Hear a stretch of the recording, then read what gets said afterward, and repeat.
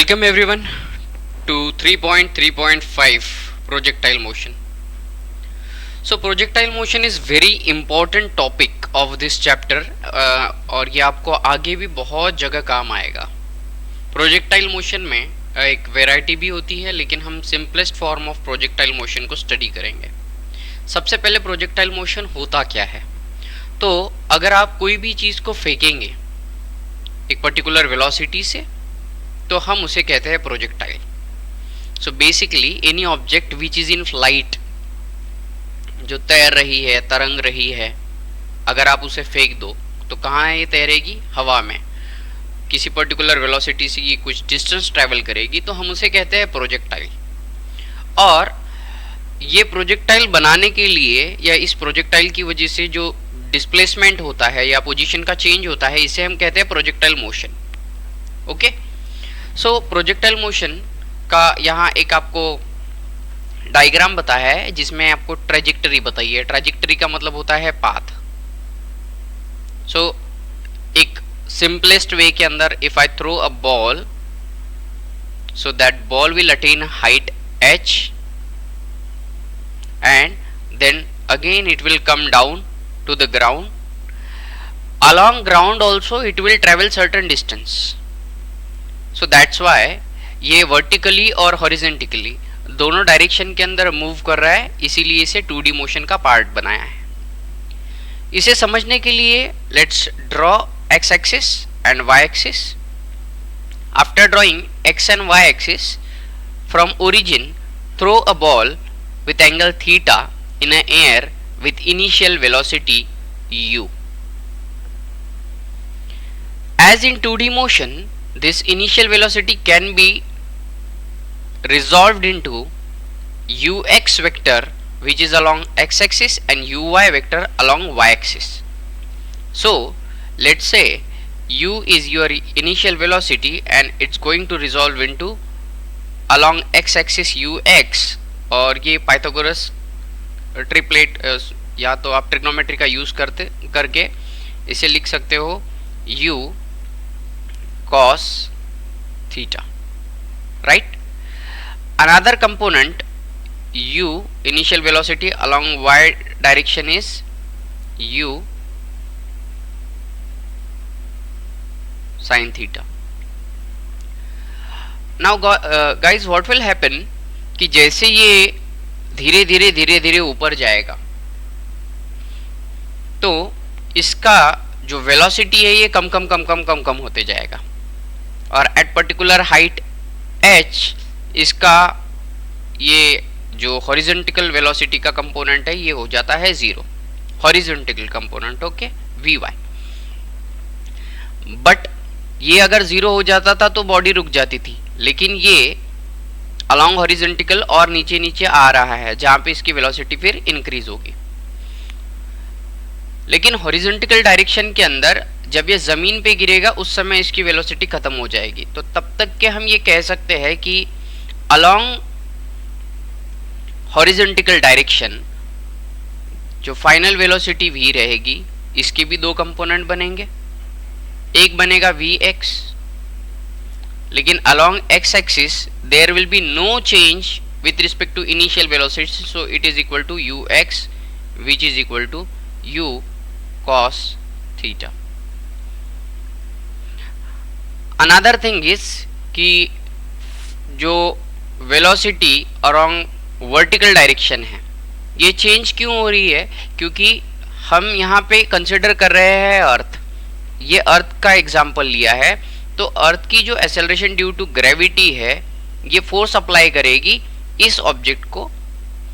So from v is equal to u plus at, तो vy या along y direction final velocity क्या रहेगी? तो uy अलोंग y डायरेक्शन जो initial velocity है minus gt.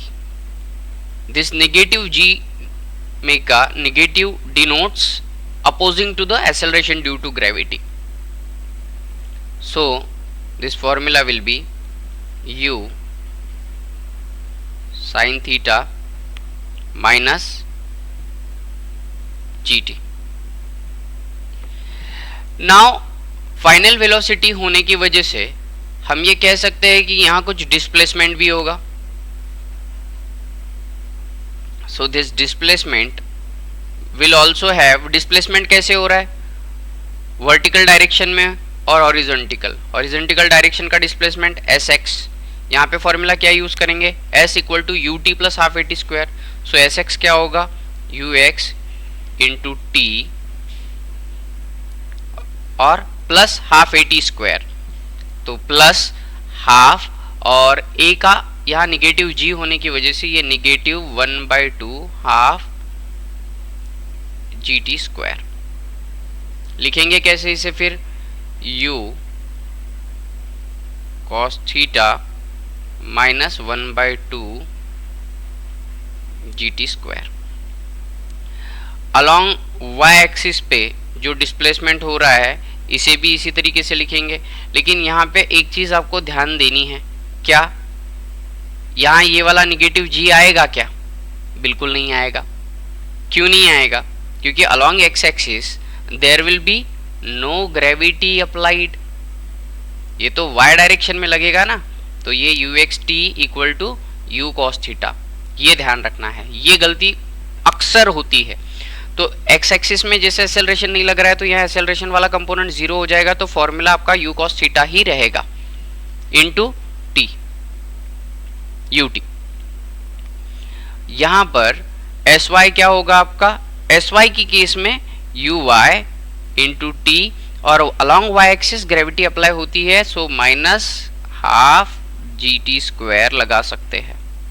So it is going to be U sine theta into T minus 1/2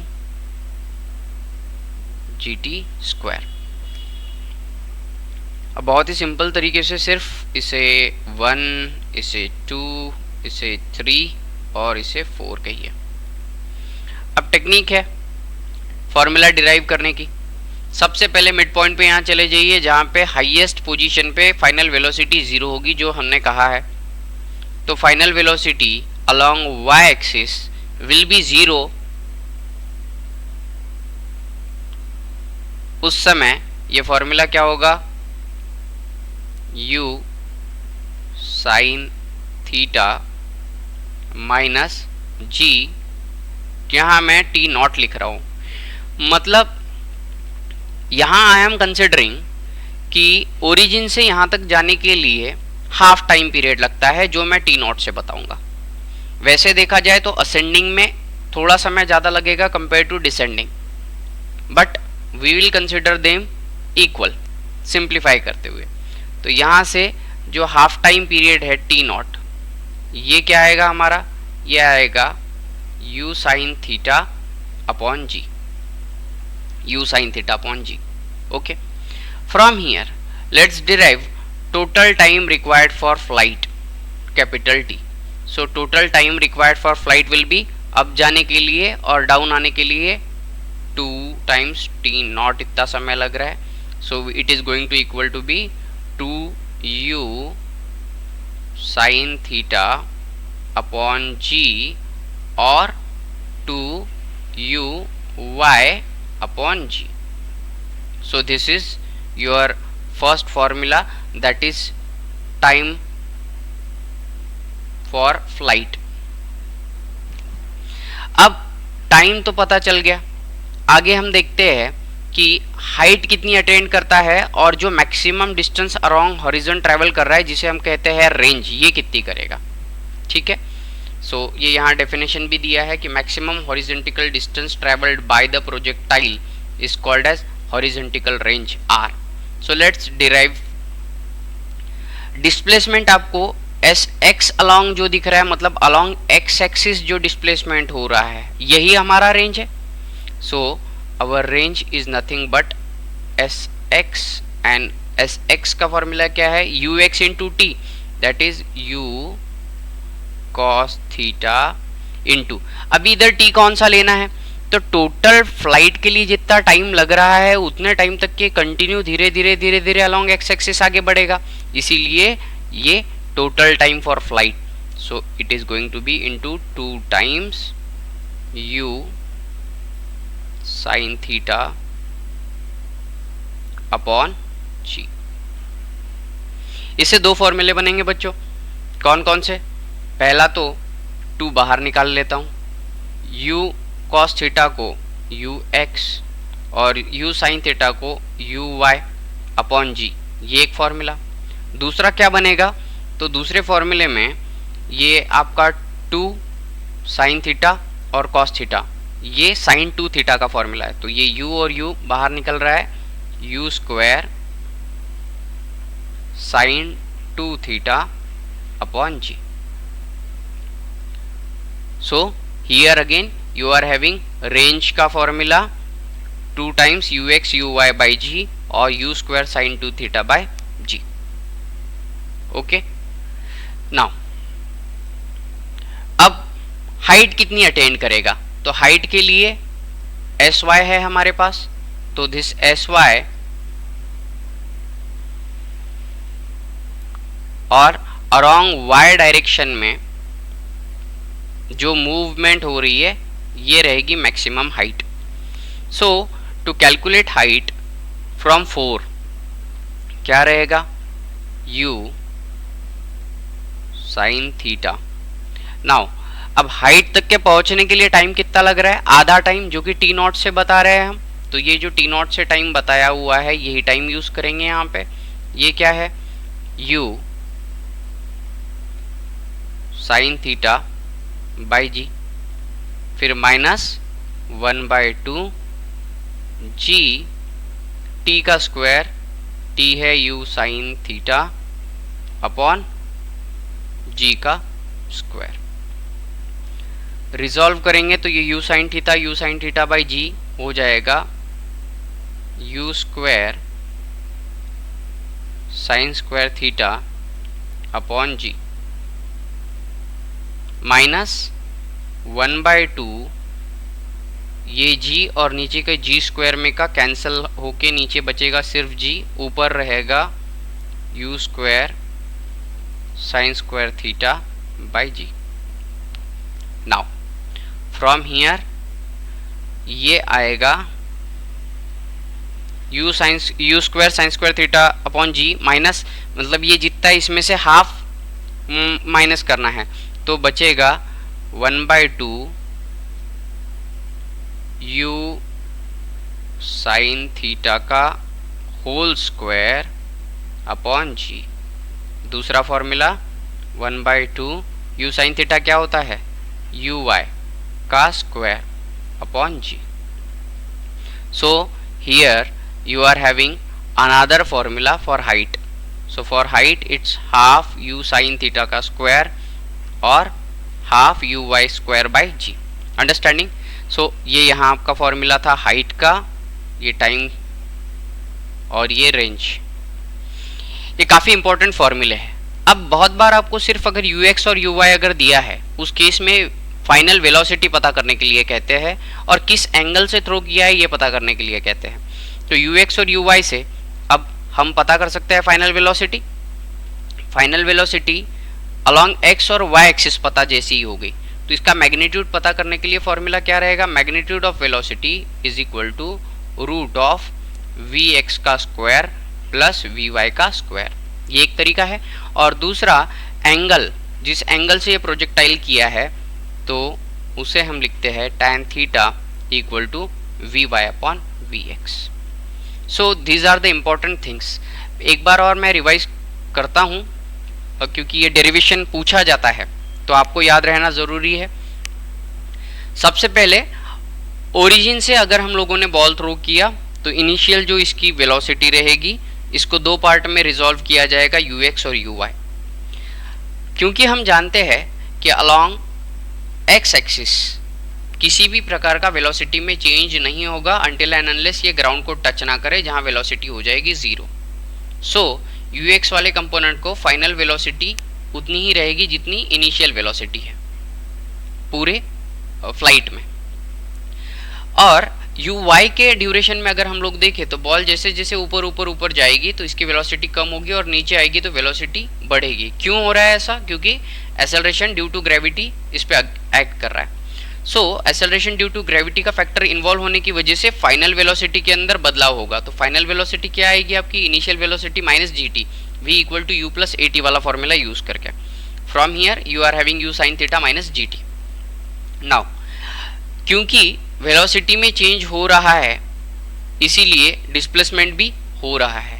हम ये देख रहे हैं 2D मोशन है तो displacement again against X axis और डिस्प्लेसमेंट अगेंस्ट वाई एक्सिस, दोनों डायरेक्शन के अंदर डिस्प्लेसमेंट होगा। डिस्प्लेसमेंट एस का formula S is equal to U T plus half A T square, but as along X axis there is no acceleration applied, so that's why it will be only U x into T, जहाँ पे जी की value 0 हो जाएगी और ये U x into T का formula U cos theta into T बन जाएगा। और along Y axis you are having Y component of initial velocity into T by minus half G T square. अब क्या केस है यहाँ? सबसे पहले तो हाइट पे जाने के बाद में फाइनल वेलोसिटी 0 हो जाती है और आधा समय लगता है, तो फाइनल वेलोसिटी 0 कर कर यहाँ टी नॉट आधे समय का हम फॉर्मूला निकालते हैं, तो t naught equal to u sine theta by g, ये बन जाता है आपका फॉर्मूला। पूरा समय हवा में रहने के लिए, ऊपर जाने के लिए जितना समय लग रहा है उतना ही नीचे आने के लिए लग रहा है, ऐसा कंसिडर करके T equal to total time for flight to T naught which is equal to इसका डबल। ओके, नाउ अब मैक्सिमम हाइट कितनी है और मैक्सिमम रेंज कितनी है ये पता करना है, तो एस एक्स और एक्स वाई के अंदर ये टी नॉट और टी की वैल्यू रखनी है। एस एक्स निकालना है तो total time of flight capital T लगेगा, और अगर एस वाई निकालना है तो ऊपर जाने के लिए आधा ही समय लग रहा है, इसीलिए टी की वैल्यू टी नॉट रहेगी। इतना ध्यान में रख के रेंज और हाइट इस दोनों के फॉर्मूले आ रहे हैं। अगर इनिशियल कंपोनेंट ऑफ वेलोसिटीज दिया हुआ है तो इससे फाइनल कंपोनेंट का मैग्नीट्यूड इस फॉर्मूले से पता किया जाता है और एंगल इससे पता किया जाता है। So this was very important concept. So let's see the example based upon it. So it will be help us to understand the formula and its application in the thorough manner. So example 3.7 states that a stone is thrown with an initial velocity दिया है u, जिसके component दिए है तो 20 metre per second along vertical. So uy equal to 20 metre per second. दूसरा 15 metre per second along horizontal, तो along x axis दिया है 15 मीटर पर सेकेंड। ओके, अब इससे भाई u से आपको v तो पता करना आता है, ये तो सेम इतना ही रहेगा, V X equal to 20 metre per second और वी वाई रहेगा ये 15 u प्लस 80, तो ये माइनस a की वैल्यू 10 और t की वैल्यू दी है क्या? डिटरमाइन करो बोले पोजीशन, पहले तो क्वेश्चन पूरा पढ़ लिया करो। तो determine position and velocity of a stone after 3 second, तो टाइम भी गिवन है, तो यहाँ v equal to you plus 80, तो माइनस 10 इंटू t3, सो 15 में से 30 गए तो minus 15 metre per second.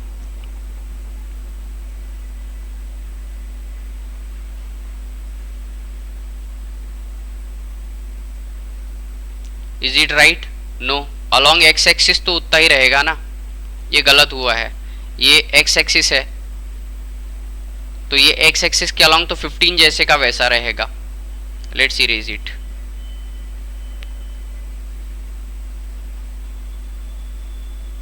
You X है तो V X equal to 15 metre per second रहेगा, और ये y वाला कंपोनेंट चेंज होगा, तो 20 माइनस 10 इंटू 3 दैट इज 30, तो ये आ गया माइनस 10 मीटर पर सेकेंड। तो निगेटिव डायरेक्शन बता रहा है कि डाउनवर्ड आने वाला है, और ये 10 मीटर पर सेकेंड ये रहेगी फाइनल वेलोसिटी वी वाई।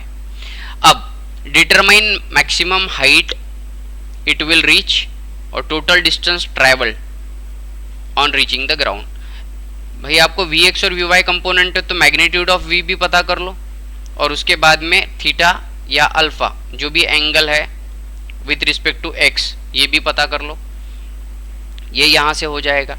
और उसके बाद में हाइट और रेंज का फॉर्मूला तो हमारे पास है ही है। प्रॉब्लम सॉल्व करके बताया हुआ है, एक बार एक्सप्लेनेशन समझ लेते हैं। Initial velocity along x axis u cos theta या ux ये 15 metre per second, along y axis uy और u sin थीटा ये 20 मीटर पर सेकेंड।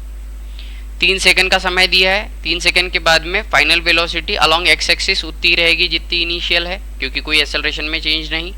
लेकिन ऊपर ऊपर जाएगा तो अलोंग y एक्सिस का जो फाइनल वेलोसिटी है दैट विल चेंज।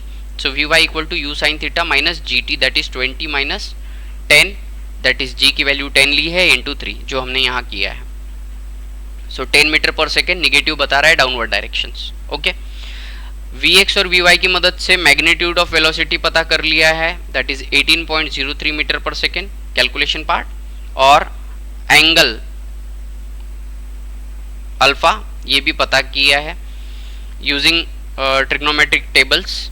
अल्फा की वैल्यू यहाँ आ गई 33 डिग्री 41 सेकेंड्स। नाउ Sx जो कि है आपकी रेंज और Sy जो कि है हाइट, इसके formula u cos theta into T.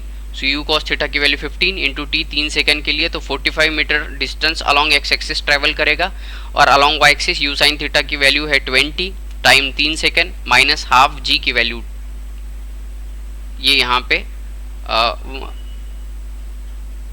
5 ये 10/2 कर दिया इसीलिए 5 आया, और 3 सेकंड का 3 का स्क्वायर सॉल्व करेंगे 15 मीटर इतनी हाइट पे जाएगा। कंक्लूजन जो है वो वाला दिया है इन्होंने। अब मैक्सिमम हॉरिजॉन्टल डिस्टेंस कितना ट्रैवल कर रहा है, so 2 time ux into uy by G, so 2 into 15 into 20/10 60 metre. ये इस तरीके से पता करते हैं। आखिरी में ये सब कंक्लूड करके लिखा है कि ये जो स्टोन फेंका ये 45 metre distance along horizontal direction जाएगा, 15 मीटर वर्टिकल डायरेक्शन में मैक्सिमम जा सकता है, और इनिशियल पोजीशन आफ्टर 3 सेकेंड के बाद जो वेलोसिटी रहेगी ये 18.03 मीटर पर सेकेंड, और एंगल बनाएगा 33 degree 41 second with respect to horizon. Maximum vertical distance u max ये तो 3 सेकेंड के बाद की बात कही है, और ये मैक्सिमम की जब आप बात करते हो तब आपको फॉर्मूले अप्लाई करने पड़ेंगे। ठीक है, जो फॉर्मूला दिया हुआ है हमने जो यहाँ पे फॉर्मूले निकाले हैं ये वाले मैक्सिमम हाइट मैक्सिमम, लेकिन 3 सेकेंड पे हाइट कितनी रहेगी तो इसके लिए टाइम यहाँ 3 सेकेंड लेना पड़ेगा। हमने ये जो फॉर्मूला कैलकुलेट किया है यहाँ पे रेंज के समय कैपिटल टी डाला है, तो ये जब कैपिटल टी हम डालते हैं तो वैल्यू मिलती है मैक्सिमम रेंज की। तो ये आर मैक्स और एच मैक्स है, ये दोनों फॉर्मूले अगर अप्लाई कर देंगे तो आपको इस प्रॉब्लम के अंदर मैक्सिमम वर्टिकल हाइट और मैक्सिमम वर्टिकल रेंज मिलेगा। और अगर आप ये चाहते हो, क्यों डेरिवेशन इंपॉर्टेंट है, क्योंकि बाय डेरिवेशन ओनली आप यहाँ पे टी टी की वैल्यू अपने हिसाब से पुट कर सकते हो according to the problem given. अब ये जो प्रोजेक्टाइल मोशन है, इस प्रोजेक्टाइल मोशन के बारे में next point is equation of motion of projectile. So अब equation of motion of projectile अगर हम लोग बात करें तो वी नो कि एस एक्स क्या था, u t u x into T, और एस वाई क्या था, ये था u y t minus half G T square. तो मान के चलिए कि ये s x that is displacement along x axis will be x और displacement along Y axis will be Y. अगर ऐसा दिया हुआ है इस पर्टिकुलर पोजीशन पे, ये ऐसा जा रहा है, तो इस पॉइंट पे मैं बात कर रहा हूँ कि यहाँ तक के आते आते क्या हुआ है कि इतना डिस्प्लेसमेंट हुआ है एक्स एक्सिस के अलोंग, और ये इतना डिस्टेंस हुआ है अलोंग वाई एक्सिस के along, right. So from here what will be the formula, so S X can be written as X equal to U X क्या रहता है, u cos theta into t। From here at particular time period पे ये formula change हो गया है x divided by u cos theta. Now अगर मुझे इक्वेशन निकालना है तो इक्वेशन क्या रहता है, y और x एक्सिस का कोऑर्डिनेशन मैं एक ऐसा फॉर्मूला रखूं जहां पे x की वैल्यू रखूंगा तो y मिलना चाहिए। तो इसीलिए अब ये मैं यहाँ रिप्लेस करूंगा y एक्सिस पे। तो y इक्वल टू ये क्या हुआ, u साइन थीटा, t की वैल्यू क्या है इस पर्टिकुलर पॉइंट पे, into x divided by u cos theta, minus 1/2 g, t क्या रहेगा x divided bye cos theta u cos theta का स्क्वायर। नाउ इसको रीअरेंज अगर करेंगे तो u कैंसिल हो जाएगा, साइन बाय कॉस हो जाएगा tan theta into x minus 1/2 g upon u square cos square theta into x square. So you can write it as y equal to a x, क्योंकि tan theta, so a x plus b की value हो जाएगी negative 1/2 g u square cos square theta x square. So ये same formula आया है आपका। So y equal to tan theta x minus 1/2 g u square cos square theta into x square. So अब वो equation किस format के अंदर है, a x y equal to a x plus b x square, और ये है equation of parabola, parabola का इक्वेशन। तो इसीलिए जो ट्रेजेक्टरी की पाथ रहेगी प्रोजेक्टाइल के, ये पैराबोलिक पाथ रहेगी। ठीक है, पैराबोला क्या होता है,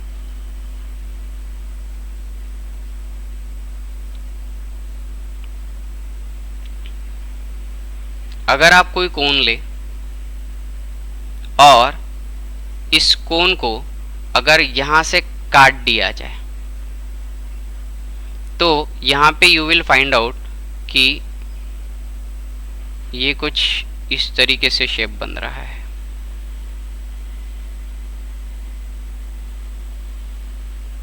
ठीक है, so this shape is what parabolic shape. इसको ही अगर खड़ा करके देखेंगे और अगर आप यहाँ पे x और y एक्सिस में प्लॉट करके देखेंगे तो ये ऐसा आया। Understanding? So this was the part in regard with projectile motion.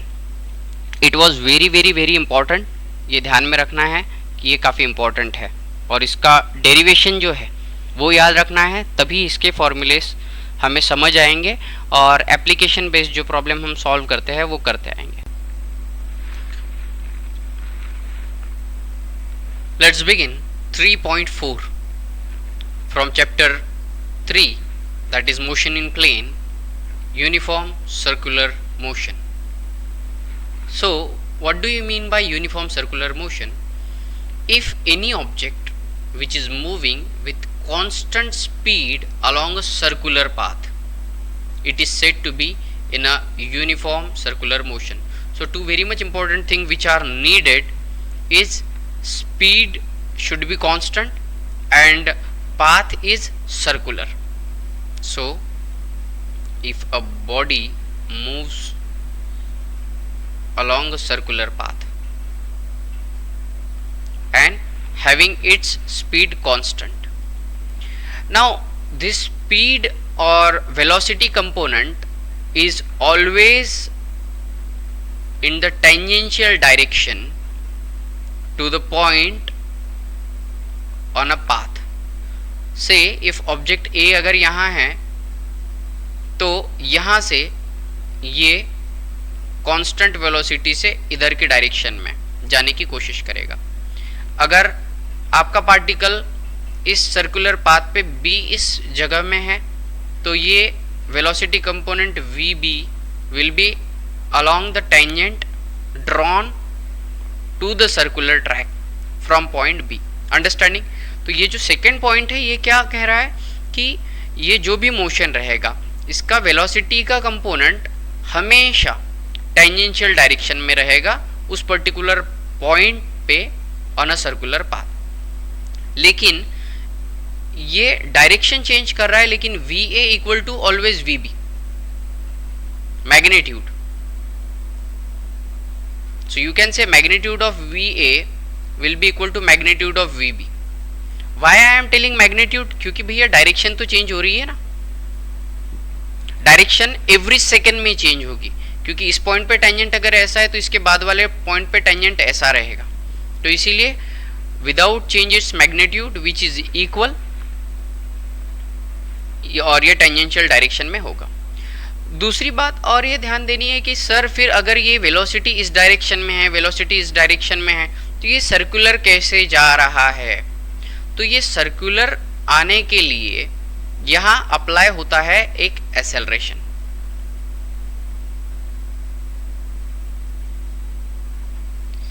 अब वेलोसिटी तो आपका मैग्नीट्यूड चेंज नहीं कर रही है, लेकिन एक्सेलरेशन है, तो ये एक्सेलरेशन वेक्टर क्वांटिटी है। वेक्टर क्वांटिटी में अगर मैग्नीट्यूड चेंज हो या साथ में डायरेक्शन भी चेंज हो या डायरेक्शन ना चेंज हो, दोनों में से कोई एक चेंज हो या दोनों के दोनों चेंज हो, तो हम कहते हैं कि वेक्टर है। तो यहां जो एक्सेलरेशन लग रहा है ये कांस्टेंट एक्सेलरेशन है। इसका मैग्नीट्यूड क्या रहेगा? कांस्टेंट, क्योंकि वेलोसिटी के अंदर no change. But this acceleration do helps us to draw this particle towards the centre of circle. तो ये अगर हमें रिक्वायरमेंट अचीव करनी है तो हमें क्या चाहिए? एक्सेलरेशन अप्लाई करेगा। लेकिन ये एक्सेलरेशन कैसा रहेगा? ये हमेशा, अगर ये acceleration along the direction of velocity रहेगा तो ये वेलोसिटी का मैग्नीट्यूड चेंज करेगा, लेकिन आपको वेलोसिटी तो चेंज नहीं करनी है, वेलोसिटी का मैग्नीट्यूड चेंज नहीं करना है, क्योंकि वेलोसिटी का मैग्नीट्यूड चेंज हो गया तो ये यूनिफॉर्म नहीं रहेगा। तो इस वजह से ये जो एक्सेलरेशन है ये ऐसा लगाना है कि जो इस वेलोसिटी के डायरेक्शन को परपेंडिकुलर रहे।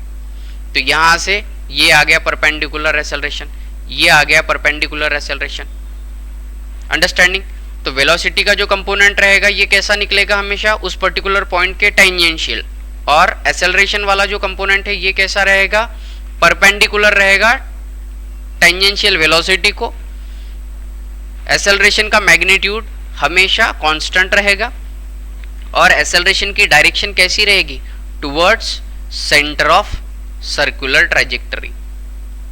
तो टुवर्ड्स सेंटर रहने की वजह से ये जो एक्सेलरेशन है ये फोर्स क्रिएट करेगा। कोई मास है ना यहाँ पे, तो इस मास पे जब ये सेंट्रीपिटल एक्सेलरेशन लग रहा है तो ये फोर्स अट्रैक्ट करेगा और ये फोर्स इससे सेंटर की डायरेक्शन में खींचेगा।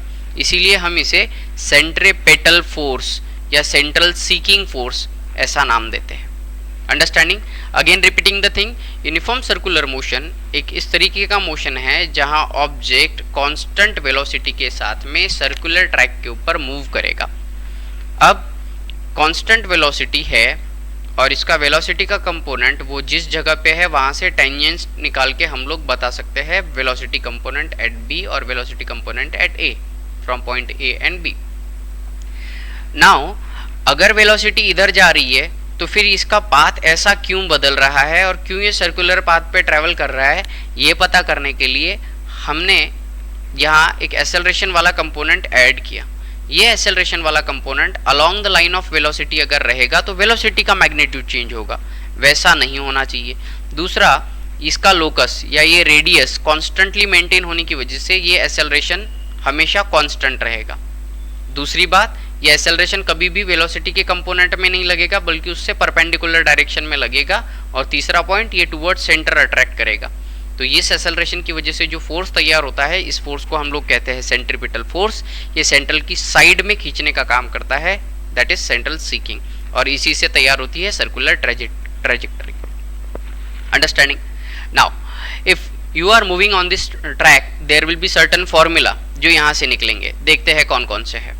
सो 3.4.1 period, radius vector and angular speed.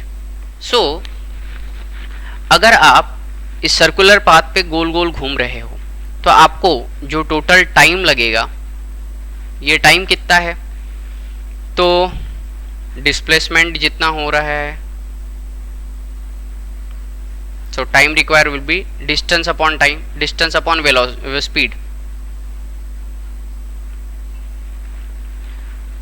इस पोजीशन से अगर पूरा घूम के वापस यहाँ है तो डिस्प्लेसमेंट 0 होगा, डिस्टेंस जो ट्रेवल होगा ये होगा equal to circumference of circle that is 2 pi r, और इस केस में स्पीड कितनी रहेगी v, so it is t equal to 2 pi r upon v, that is total time required. यहां से v 2 pi r upon t, ये second formula तैयार हो गया। अब देखो इस केस में जब ये जा रहा है यहाँ पर, यहाँ हमने वेलोसिटी क्यों ली, क्योंकि ऑलवेज ये डायरेक्शन चेंज कर रहा है, मैग्नीट्यूड सेम है लेकिन डायरेक्शन चेंज कर रहा है, इसीलिए स्पीड को वेलोसिटी आप बोल सकते हो, लेकिन मैग्नीट्यूड इसका सेम ही रहेगा। दूसरी बात यहाँ ये ध्यान देनी है कि अब ये नया कॉन्सेप्ट आ गया, पीरियड का तो समझ में आ गया आपको। अब एंगुलर स्पीड क्या रहेगी, ये तो वेलोसिटी क्या है, टेंजेंशियल वेलोसिटी है जो उस पर्टिकुलर पॉइंट पे एक्सटर्नली निकलने वाली, लेकिन एक्चुअल जो जिस वेलोसिटी से ये गोल गोल गोल गोल घूमेगा तो ये एंगल क्रिएट करेगा, तो हम इसे एंगुलर स्पीड कहेंगे। एंगुलर स्पीड कैसा, तो जैसे वेलोसिटी इज इक्वल टू आपका डिस्टेंस अपॉन टाइम रहता है, तो एंगुलर स्पीड तो स्पीड ही है, इसमें टोटल डिस्टेंस कितना ट्रैवल कर रहे हैं, तो यहाँ से निकल के वापस अगर घूम के आए तो 360 डिग्री मतलब 2 पाई इतना डिस्टेंस ट्रैवल कर रहे हैं, और टाइम कितना लगा तो कैपिटल टी लगा। अब इसको 2 pi r divided by t into r, तो इसको रीअरेंज करके हम लिख सकते हैं 2 pi r upon t divided by r. 2 pi r upon t क्या था, velocity, so v by r. यहाँ पे क्या ध्यान देना है, omega equal to v upon r. Common logic से आप क्या समझ सकते हो कि जब भी टर्न के ऊपर आप गाड़ी दौड़ाओगे तो आपकी जो वेलोसिटी है कम होती है बढ़ती है, नॉर्मल केसेस के अंदर तो कम ही होती है, तो ये अगर कम हो रही है तो आपकी ये डायरेक्ट वेलोसिटी थी स्ट्रेट लाइन में, इसको अगर आप जो ये पाथ तैयार होगा सर्कल, इसके रेडियस से अगर आप घटा दो, डिवाइड कर दो, तो आपको मिलता है एंगुलर स्पीड। ठीक है, अब ये एंगुलर स्पीड का ऊपर 2 पाई रेडियन और नीचे टाइम सेकेंड, सो रेडियंस पर second, this will be the unit of angular speed. So this is formula for uniform circular motion के 3 फॉर्मूले, पीरियड, रेडियस वेक्टर और एंगुलर स्पीड। अब अगर मैं किसी पर्टिकुलर इंस्टेंस पे, जैसे अगर मैं ये सेम डायग्राम का यूज करूं, तो अगर मैं आर इस वेक्टर को रिजॉल्व करूंगा तो ये हो जाएगा r x component along i axis plus r y component along z axis, ये कर सकता हूं। ये करने की जरूरत क्या पड़ेगी, ये करने की जरूरत इसलिए पड़ेगी because I want to calculate this period, radius, या तो फिर ये एंगुलर स्पीड, इसके बाद में angular acceleration at particular point P, ये पता करना है।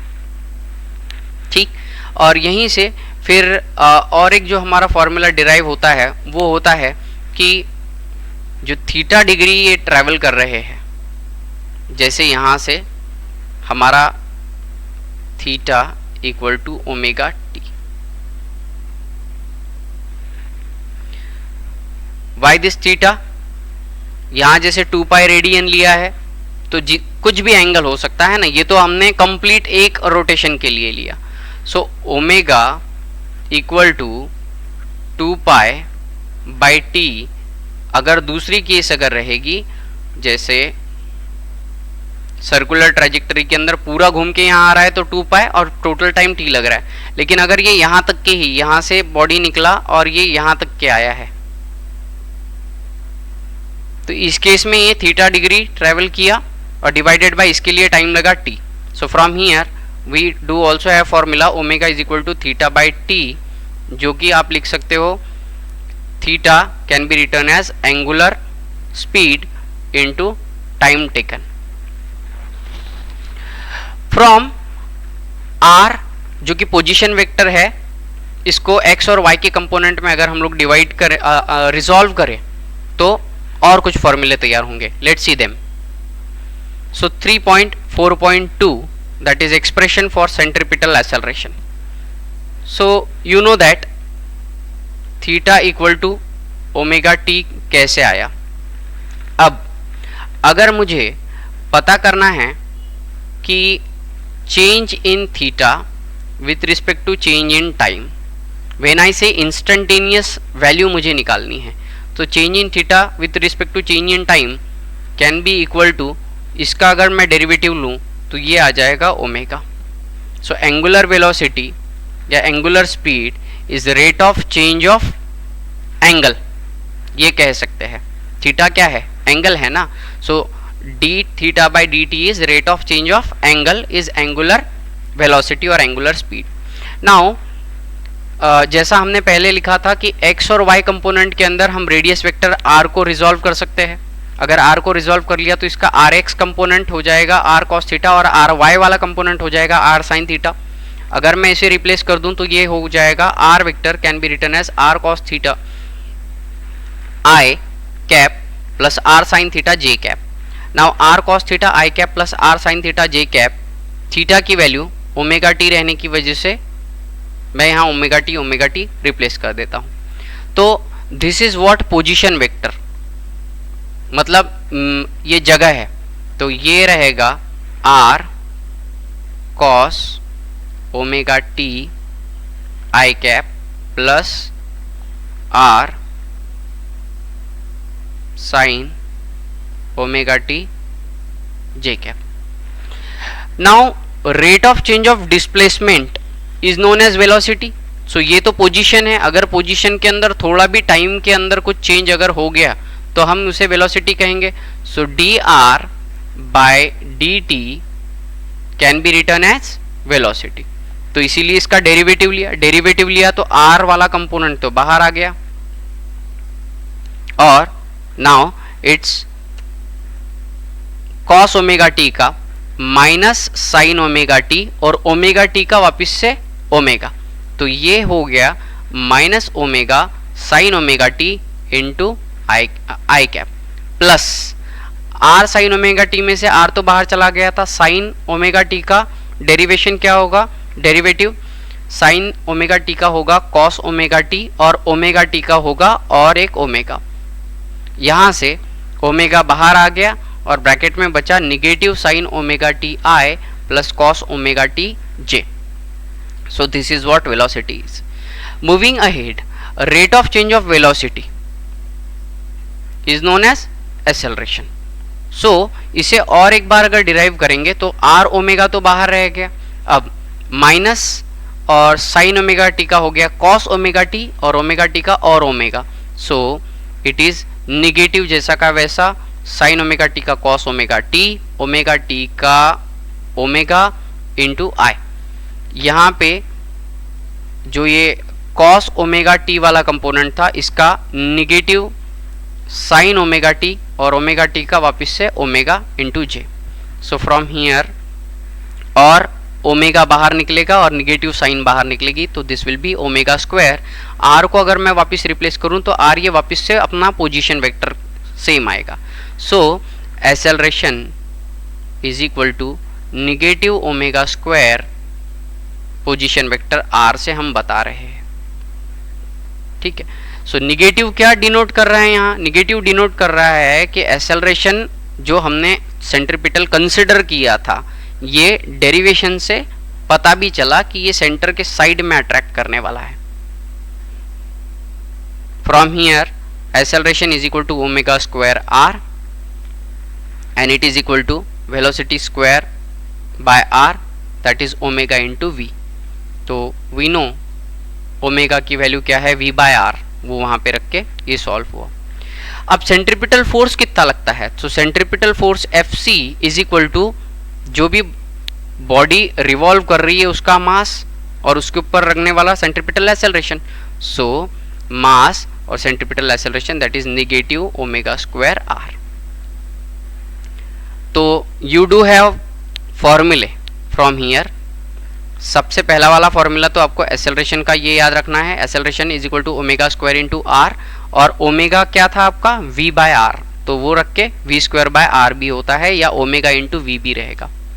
फोर्स के भी ऐसे ही ओमेगा के केस में negative m omega square r और v की केस में m v square by r या m ओमेगा v, ये मैग्नीट्यूड ऑफ फोर्स का फॉर्मूला है।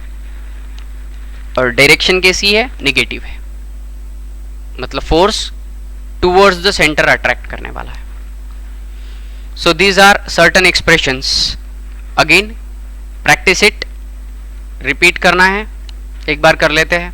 सबसे पहले तो पोजीशन वेक्टर r, इसको x और y के कंपोनेंट के अंदर r x r y, that is r cos theta r sine theta, theta is equal to omega t रख दो।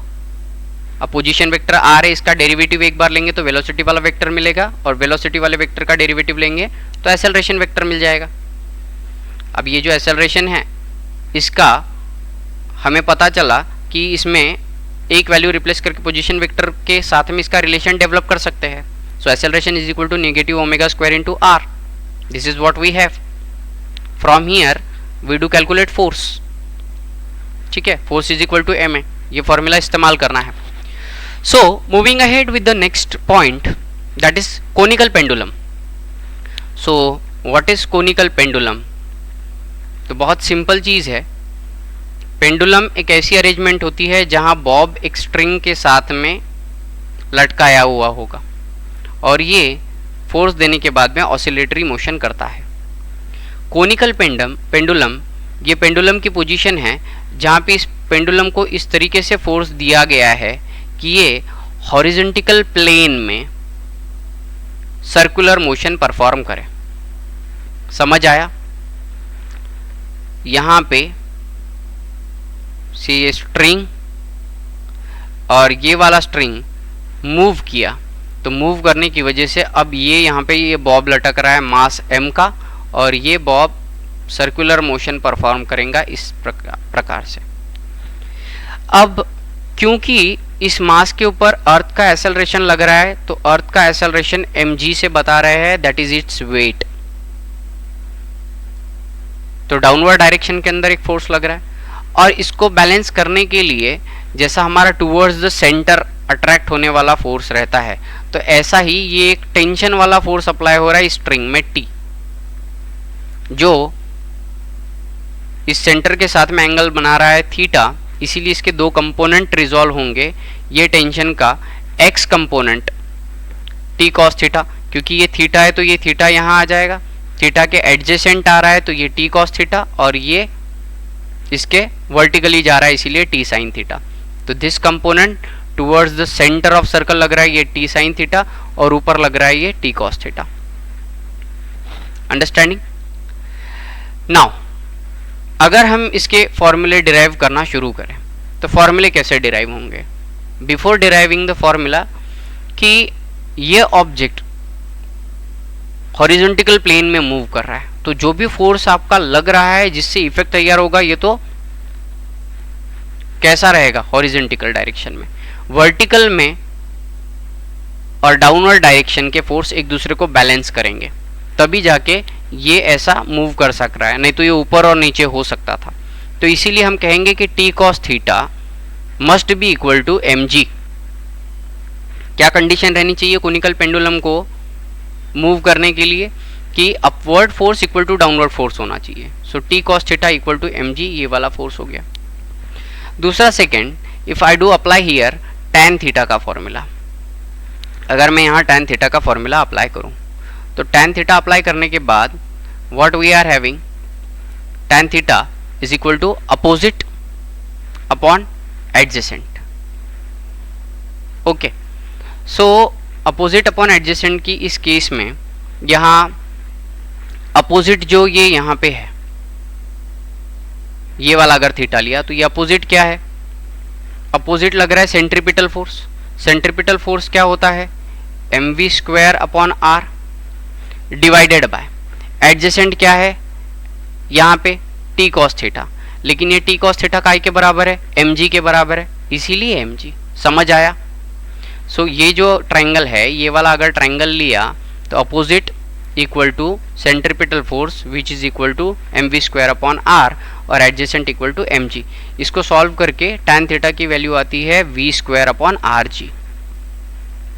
नाउ एज tan थीटा की value v square upon rg है, दूसरा important formula time equal to 2 pi under root of h upon g। ये overall पूरा travel करने के लिए जो टोटल टाइम लगेगा उसका फॉर्मूला है। So time equal to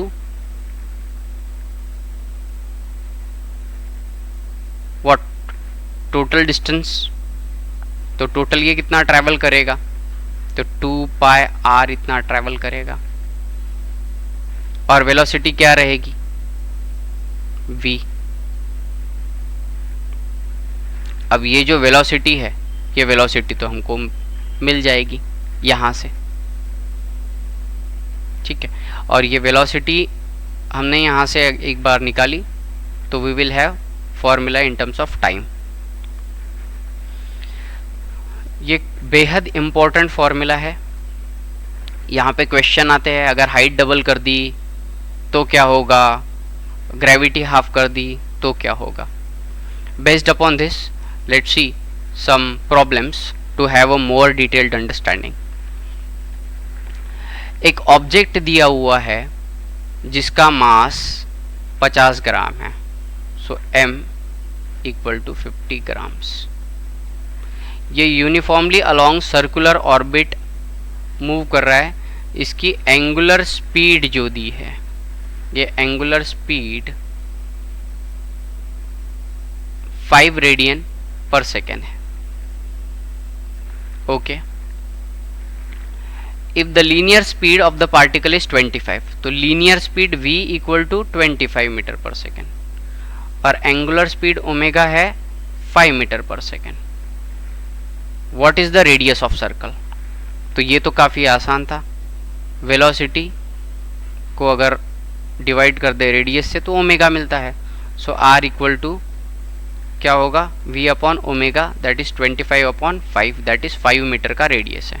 okay, done.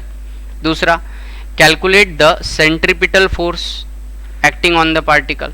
Centripetal force का फॉर्मूला क्या है, force equal to mv square upon r। You are having mass 50 gram into velocity 25 का square upon radius 5, so 10। Now यहाँ 50 grams है, तो इसको सबसे पहले कन्वर्ट करना है आपको केजी में, नहीं तो आंसर जो आएगा ये एसआई यूनिट में नहीं आएगा। और फोर्स है तो एसआई यूनिट न्यूटन लिखने के लिए आपको कन्वर्ट करना पड़ेगा, इसलिए 0.05 डिवाइड बाय 5 ये 0.001 हो जाएगा, और 25 का स्क्वायर 625 को मल्टीप्लाई ये करेंगे तो 6.25 Newton. Last problem from this chapter, last solve problem from this chapter is example 3.9। Say an object is traveling in a horizontal circle with a uniform speed, मतलब पेंडुलम है। At t equal to 0, the velocity is given by 20I plus 35J, okay, kilometre पर second, ठीक है। After 1 minute, the velocity becomes इतना। What is the magnitude of acceleration, ठीक है, magnitude of acceleration पता करने के लिए कह रहा है। आपको u दिया है, v दिया है और t दिया है, तो यहाँ से क्या फॉर्मूला तैयार होता है हमारा एक्सेलरेशन का, ठीक है। v equal to you plus A T वाला फॉर्मूला है एक, लेकिन ये यहाँ लगेगा क्या, नहीं। क्यों नहीं लगेगा, क्योंकि ये हॉरिजॉन्टल मोशन के अंदर, प्लेन के अंदर परफॉर्म हो रहा है, यहाँ गड़बड़ होने के चांस हो जाते हैं, ठीक है। जो आपने पहले सॉल्व किया था वो यहाँ नहीं लगेगा। सबसे पहले तो मैग्नीट्यूड पता करो, इनिशियल और फाइनल वेलोसिटी। कैसे पता करेंगे, root of u x square plus u y square कर लेना, और v का root of v x square plus v y square. तो इनिशियल और फाइनल वेलोसिटी का ये आ गया, इनिशियल वेलोसिटी का रूट ऑफ यहाँ से 20 का स्क्वायर प्लस 35 का स्क्वायर, और ये आया 40.3 मीटर पर सेकेंड। अब वेलोसिटी रिवर्सेस इन 1 मिनट। टाइम पीरियड रिवॉल्यूशन का क्या होना चाहिए? 2 मिनट। ये कैसे पता किया? ये यहाँ पे देखिए, u equal to 20i plus 35j, ये minus v equal to minus u हो गया है। निगेटिव अगर बाहर निकालूंगा तो ये 20i प्लस 35j होगा विच इज u। मतलब ये यहाँ से यहाँ आया और 1 मिनट के बाद में इसकी डायरेक्शन चेंज हो गई। वेलोसिटी तो कांस्टेंट है ना, डायरेक्शन चेंज हो गई है। तो इंपॉर्टेंट पॉइंट क्या है यहाँ पे कि वेलोसिटी रिवर्स हो गई 1 मिनट के बाद। मतलब 1 मिनट के बाद अगर ये पलट रहा है तो टोटल 2 मिनट लगेंगे पूरा रिवॉल्यूशन करने में। ये की थी यहाँ पे, और इसीलिए टाइम पीरियड क्या रहता? टोटल डिस्टेंस 2 पाई r जो सरकमफरेंस है डिवाइडेड बाय वेलोसिटी। यहाँ से आपको रेडियस मिलेगा। So giving r equal to ut upon 2 pi. Now acceleration क्या है? u square upon r, and r की वैल्यू यहाँ पुट करने के बाद में 2 pi u by t value put करेंगे, you are having answer. Understanding? तो यहाँ पे ये जो पार्ट है, ये वाला टिपिकल पार्ट है। हमको कितनी प्रैक्टिस करनी है कि हमारे लॉजिक इस तरीके से डेवलप होना शुरू हो जाए, उतनी प्रैक्टिस हमें ये ज़रूरी रहेगी। यहाँ तक के तो आप कर लोगे, ठीक है। गड़बड़ जो जाएगी वो इधर से ही शुरू होगा। So do practice, understand, try to understand every point. अगर नहीं समझ में आ रहा है तो क्लास में जब रिवीजन सेशन ले रहे हैं तो उस केस में आप पूछ सकते हो कि क्या क्या दिक्कत आपको आ रही है, कौन कौन सी स्टेप है। But try to do one favor कि बहुत स्लो पढ़ा रहे हैं, ताकि आपको जितनी भी चीज़ें समझाने की कोशिश कर रहे हैं हर पॉइंट टू पॉइंट सारी चीज़ें धीरे धीरे अच्छे तरीके से समझ में। Before starting any new chapter, हम जो सेशन लेंगे उस सेशन के अंदर आपके डाउट उसी समय क्लियर कीजिए, because you will not have much more time at the end जहां पे आप ये सारी चीज़ें क्लियर कर सको। Thank you very much.